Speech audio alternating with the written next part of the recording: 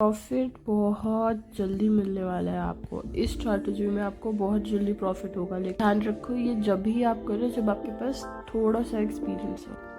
बहुत ही simple strategy है, बहुत ही इफ़ेक्टिव स्ट्रैटेजी है and completely based on price actions. इसके लिए आपको ज़ीरो इंडिकेटर लगाना होगा, लेकिन अगर आपको एक्सपीरियंस नहीं है तो आप कुछ इंडिकेटर्स लगा सकते हो, बट ये स्ट्रैटेजी अगर आप यूज़ करोगे तो आपके प्रॉफिट्स बढ़ जाएंगे, आपको ट्रेड्स बहुत सारे मिलेंगे, लॉसेस आपके छोटे हो जाएंगे एंड अगर आप चाहो तो आप इससे बड़े बड़े प्रॉफिट्स निकाल सकते हो। ठीक है, तो चलिए स्ट्रेट अप जंप करते हैं और ये जानते हैं कि ये स्ट्रैटेजी क्या है। कि मार्केट 3 तरीके से चलता है, या तो मार्केट ऐसे करके ऊपर जा रहा होगा, या फिर ऐसे करके नीचे आ रहा होगा, या फिर साइडवेज होगा। मार्केट के बाद मार्केट या तो ये करेगा या फिर ये करेगा। तो मार्केट 3 ट्रेंड्स में होता है, या तो मार्केट अप ट्रेंड में होता है, या फिर मार्केट डाउन ट्रेंड में होता है, या फिर मार्केट साइडवेज होता है। हम इस स्ट्रैटेजी में साइडवेज मार्केट को कैप्चर करेंगे और इस साइडवेज मार्केट के ब्रेकआउट पर हम ट्रेड लेंगे। तो चलिए समझते हैं कि ये साइडवेज मार्केट आखिर होता क्या है। देखिए, मार्केट में हर टाइम बाइंग और सेलिंग होती रहती है, चाहे मार्केट एक डाउन ट्रेंड में हो, चाहे मार्केट एक अप ट्रेंड में भी बाइंग होती है और इस अप ट्रेंड में भी सेलिंग होती है। हर एक कैंडल में ये इतनी बड़ी सेलिंग कैंडल दिख रही है, बट इसमें भी बाइंग भी हुई है और सेलिंग भी हुई है, जैसे आप यहाँ पे देख सकते हो। बट बस ये था कि सेलिंग का प्रेशर ज़्यादा था, जितने लोगों ने सेल किया है यहाँ पे उतने ही लोगों ने बाई किया है। समझो ये कॉन्सेप्ट को ध्यान से। बस यहाँ पे ये है कि सेलिंग का प्रेशर ज़्यादा था। यहाँ पे जैसे मैंने बोला, जितने लोगों ने बाई किया है उतने ही लोगों ने सेल किया है, क्योंकि अगर कोई बाई ही नहीं करेगा तो आप लोग यहाँ पर सेल कैसे करोगे, बेचोगे किसको आप? बस जिस प्राइस पे बाय सेल हुआ है वो चेंज हुआ है ना। बायर्स की कॉन्फिडेंस पे ये एक अटैक है। बायर्स को कॉन्फिडेंस इस लेवल पर कम था कि इस लेवल पे हम लोग कॉन्फिडेंट नहीं है, इसीलिए जो है वो सेलर्स हो गए स्ट्रॉन्ग। यहाँ पर स्ट्रॉन्ग सेलिंग आई है, क्योंकि इस प्राइस पे ये जो भी इसका प्राइस है, जैसा आप यहाँ पे देख सकते हो 70,900, ये वाला प्राइस है। इस प्राइस पे सेलर्स को लगा कि हम यहाँ पे अच्छी खासी सेलिंग कर सकते हैं, और बायर्स को लगा कि नहीं ये बहुत महंगा हो चुका है, हमें यहाँ पे सेल कर देना चाहिए। तो बाइंग और सेलिंग जो है वो 2 रीजन से होती है, एक तो गुड लेवल एंड दूसरा एसएल। ठीक है, और हम इसी कॉन्सेप्ट को यूज़ करके रेंज ब्रेकआउट का यूज़ करेंगे। तो समझते हैं हम जल्दी से कि रेंज ब्रेकआउट का एग्जैक्ट कॉन्सेप्ट क्या है।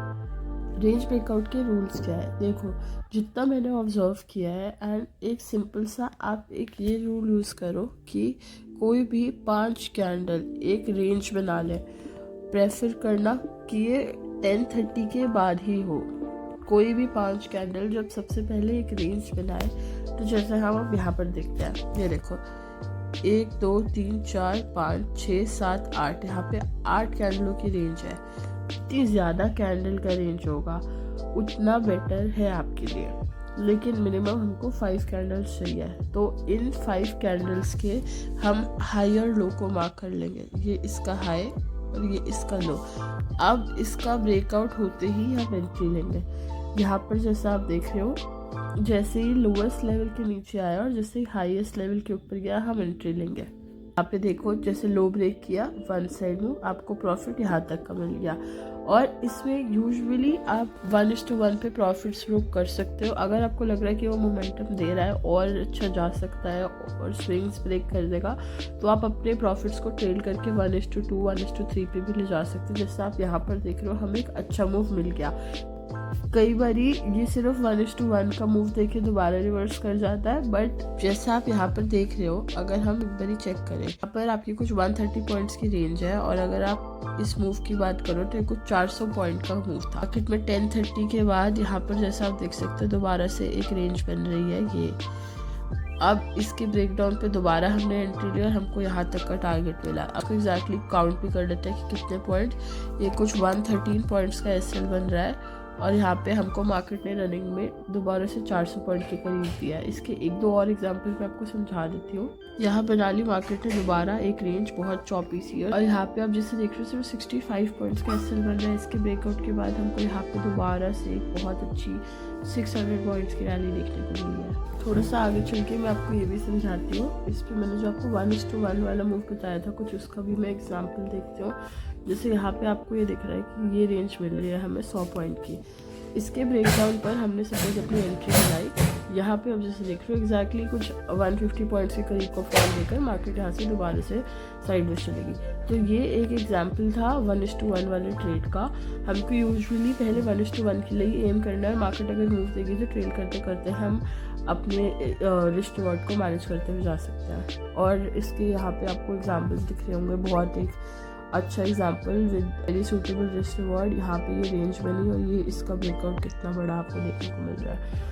यहाँ पे ये रेंज बन रही है, इसका ये ब्रेकडाउन। तो ऐसे करके यहाँ पे भी देखो आपको मार्केट में ऐसे बहुत सारे ट्रेड्स मिल जाएंगे स्कैल्पिंग के लिए। ये स्ट्रैटेजी बिगनर्स के लिए भी बहुत यूज़फुल है। इसका रीज़न ये है कि इसमें आपको ट्रेड्स काफ़ी ज़्यादा मिलते हैं और रिस्क रिवॉर्ड आपका ठीक बैठता है, क्योंकि छोटी सी रेंज होती है। तो 100 पॉइंट्स की रेंज है, आप 100 पॉइंट्स का एसएल दोगे। 1:1 जैसे मैंने आपको बताया आप रखोगे 100 पॉइंट्स का एसएल, 100 पॉइंट्स का टारगेट।